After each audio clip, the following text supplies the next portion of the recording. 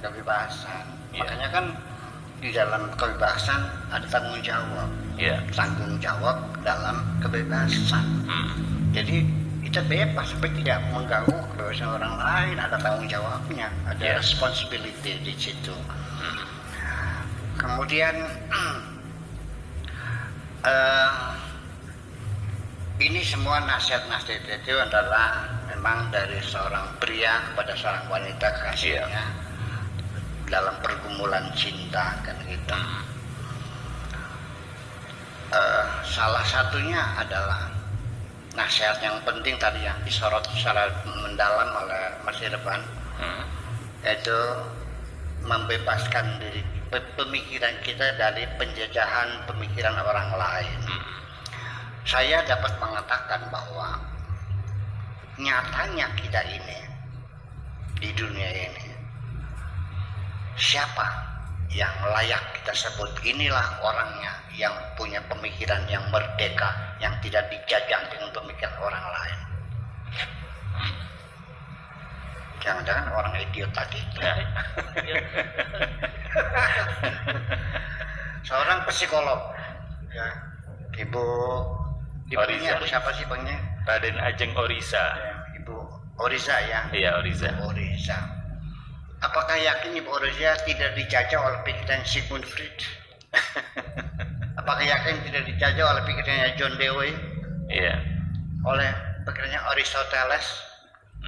Anda yang beragama juga bermazhabnya dalam bidang ilmuwan, dalam agama bermazhab, apa yakin Anda tidak dijajah oleh pikirannya Imam Syafi'i? Iya. Anda mengatakan anjing itu najis kan? Iya. Dicuci 7 kali kan?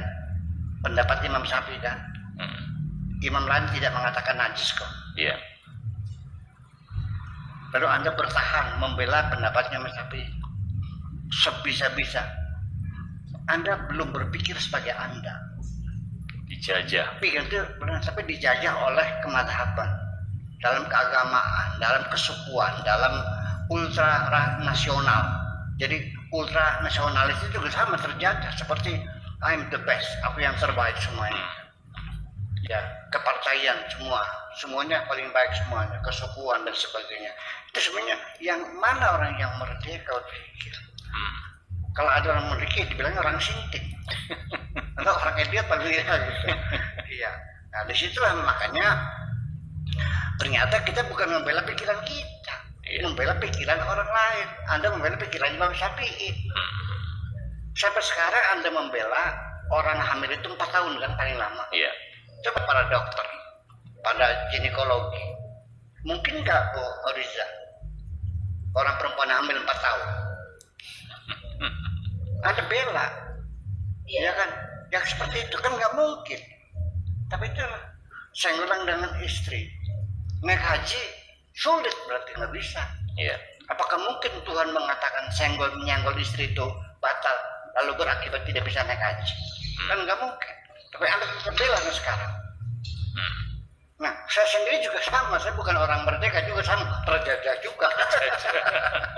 Jadi bukan mengkritik orang diri saya sendiri. Sampai sekarang saya sendiri mengatakan bahwa saya bermazhab Syafi'i itu bukan karena soliditas, bukan karena kekuatan pendapat dan argumentasi Imam Syafi'i, bukan. Karena kita mayoritas mazhab Syafi'i, maka saya memilih mazhab Syafi'i bukan karena alasannya kuat, karena mayoritas Syafi'i. Kalau tidak nanti saya bergaulnya dengan siapa? Rasul masailnya dengan siapa nanti? Syafi'i semua kok. Kan seperti itu. Iya. Ya. Dalam kepartaian juga sama, akan ultra nasionalisme juga sama. Right or wrong is my country. Iya. Salah benar dalam negeri. Hujan negeri orang, hujan batu sendiri, saya pilih negeri sendiri. Itu kan berarti kan tidak terjadi, bukan kita aslinya sesungguhnya. Jadi kita itulah involvement itulah, makanya involvement itulah yang menyebabkan kita ini sulit untuk melakukan kritik objektif. Karena involvement itu membuat kita tidak bisa jujur dengan diri kita sendiri.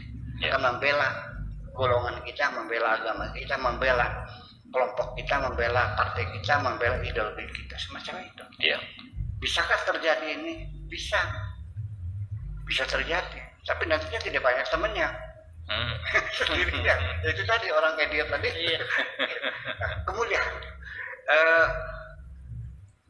inti cerita jadi pusatnya mehwar al-ahda, artinya pusat peristiwa ini adalah percintaan, yaitu tadi tidak mau dijadikan cinta alternatif. Begini, saya ini punya santri perempuan. Iya. Saya memposisikan sebagai kiai, tapi tidak seperti di pesantren yang lain.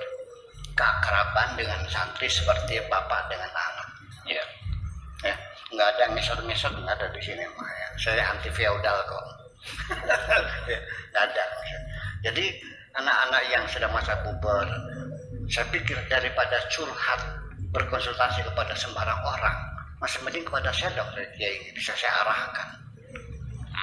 Ya, jadi mereka sudah saya kondisikan tidak malu bercerita tentang cinta dengan kiainya. Karena cinta juga kehidupan kita, kok apa salahnya sih? Ya, kita juga mengajak bicara masalah seksologi, mengapa harus malu? Yang itu adalah kehidupan kita kok. Iya. Yang bisa meningkatkan kualitas hidup kita kok, kenapa tabu? Ya kan gitu. Nah, salah satu seorang santri perempuan ini, dia ini setiap dapat surat cinta dibalas. Dibalas lagi. Saya bilang, kamu ini maksudnya apa? Masa orang menyatakan cinta kamu terima semuanya? Untuk apa? Sambil tertawa terbahak-bahak. Oke, buat koleksi katanya. Nah, ketika itulah, maka ketika dia memilih siapa yang terpilih, itulah cinta alternatif. Saya memilih Anda, memilih Pak Tato, ya, karena Pak Afras tidak masuk nominasi. Jadi bukan murni memilih Anda sebagai Anda, tapi memilih dibandingkan dengan yang lain. Itu namanya cinta alternatif. Aku tidak suka dijadikan posisi cinta saya alternatif. cinta alternatif. Terima kasih.